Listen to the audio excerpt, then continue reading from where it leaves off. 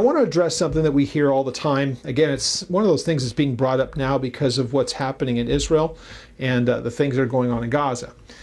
So you can see it. Some people have learned a new word in English called genocide. They have no idea what it means. And yet that's the same kind of accusation that we'll hear from the scoffers against what the Bible teaches about many things. And usually it's this way. We might be talking to somebody and we're wanting to witness to them about the goodness of God and about his love for them and their need for his forgiveness. Any of those kind of things might just be in the discussion. Maybe some of you, as you're hearing me, have had this go on. And the reply that you'll get from those people was, well, you want me to believe in your God, who's not loving. He's actually called for the genocide of people. It's right there in the Bible. He's a bloody God who is telling them to go and conquer and kill everyone. So, how do you answer the question? How is it that we deal with that? There are a few different ways. And again, I didn't use any particular passage because you can find so much of it from before they even entered into the land when Moses was still alive. So Deuteronomy 9 is a great example of this. And he's telling them, when you get into the land, here's what I'm going to ask you to do. I need you to drive them out.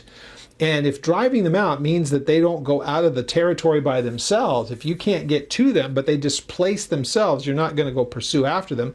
It's about the cleansing of the land. But if they're still going to remain in the land, there's a couple of things that he's concerned about. Actually, some movable parts here. But let's deal with, before I get into that, let me deal with one other thing. You'll notice that the only time when God has ever told them to go to war, and that they're going to go to war against a particular people and not to let any of them survive, there's a reason why that's the case. But you'll notice it's not universal. He didn't tell Abraham to do this. By Jesus' time, they weren't told to take up arms against the Romans and kill them all. They weren't ever told to do that other than when they were first coming into the land. So when they first came into the land after the Exodus and they came into the territory, God had already promised that land to them all the way back at Abraham's time, and it's 500 years after that initial promise. Now here they come into the land. So with all that being said, they come into the land and God is knowing a few different things. So that's why we want to make sure. Here's one of those things. A lot of times people have such a problem with this, and we want to be really careful when we say it because we want to make sure that there's a lot of follow-on discussion. When someone will say, well, the Bible says that they were to go kill them all, we want to be able to say this, and I know it sounds like just such an escape word. Well, you're taking that out of context. I don't necessarily say it quite that way because that's just them. They're going to roll their eyes. Oh, great. Another one of those. It's not in the context. I'll want to say it this way. Well, if you understand the context of what he said, let me explain it to you why he decided to do it that way or why he was doing it that particular way. And here's the basic layout of that. Why would he do that when they're coming into the land, but not at other times? Because it's certainly not universal. As far as the church is today, and this is why I want to point out to them, do you realize, I'll say this to the scoffer, do you want to realize this? Nowhere in the New Testament are we asked to do anything of the sort. Nothing like that. We're not supposed to make war with the authorities around us. We're not supposed to do any of those kind of things. So if God isn't asking the church to do it, but yet we can look at the passages like Deuteronomy 9 or so many others all the way up to Joshua, where they were told to make war against a particular group of people and make sure that they didn't remain. What's the difference between those two things? So here's the things that we need to answer when it comes to that. First of all, they are coming into a land. And in the time of their displacement and their slavery in Egypt, the entirety of the land of Israel, modern day, and where they would be going into, was completely taken over by pagan people, sacrificing, worshiping other gods, and all the rest of it. By the time that they've come into the land, here's what we know as far as God is concerned. They are already judged as far as God is concerned. He has condemned those people because of their wickedness. There's no saving those people. So his concern is, first of all, I'm going to use you as my hand of judgment on those people, but I also need them to be out of the territory so that they don't corrupt you in the same things that they are doing.